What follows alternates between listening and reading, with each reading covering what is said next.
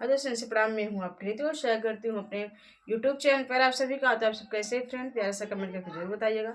मैं आप सबके बीच बहुत ही प्यारा गीत लेकर आई हूँ, चुटकुला। सुनिएगा और सपोर्ट कीजिएगा, प्यार दुआ आशीर्वाद आप सब इसे बनाए रखिएगा। चलिए आप सबको सुनाती हूँ। होठाना मोरे राजा, होठाना मोरे राजा, ठाना मोरे राजा, होठाना मोरे राजा, सबेर वैसे झगड़ा ठाना मोरे राजा, सबेर वैसे झगड़ा ठाना मोरे राजा, ठाना मोरे राजा, होठाना मोरे राजा, सबेर वैसे झगड़ा ठाना मोरे राजा, सबेर वैसे झगड़ा ठाना मोरे राजा। ठाना मोरे राजा, हो ठाना मोरे राजा, सबेर वैसे झगड़ा ठाना मोरे राजा, सबेर वैसे झगड़ा ठाना मोरे राजा।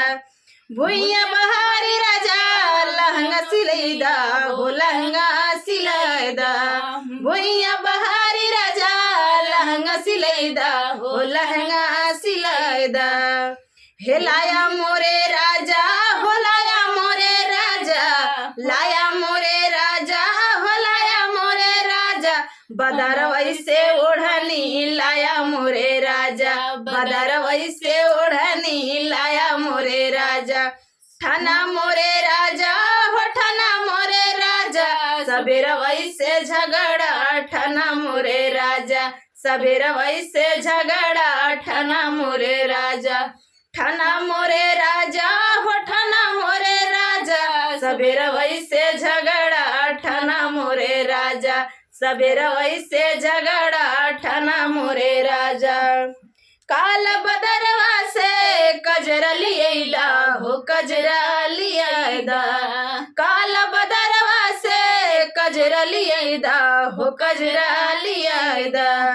हेलाया मोरे राजा, हो लाया मोरे राजा, चंद्रमई से नथुनी लाया मोरे राजा, चंद्रमई से नथुनी लाया मोरे राजा। ठाना मोरे राजा, हो ठाना मोरे राजा, सबेर वैसे झगड़ा ठाना मोरे राजा, सबेर वैसे झगड़ा ठाना मोरे राजा।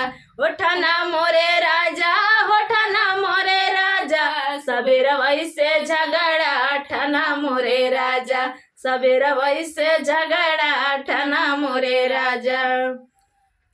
सिल्ली चिराए राजा, पलंग बनवैदा हो पलंग बनवैदा, सिल्ली चिराए राजा, पलंग बनवैदा हो पलंग बनवैदा।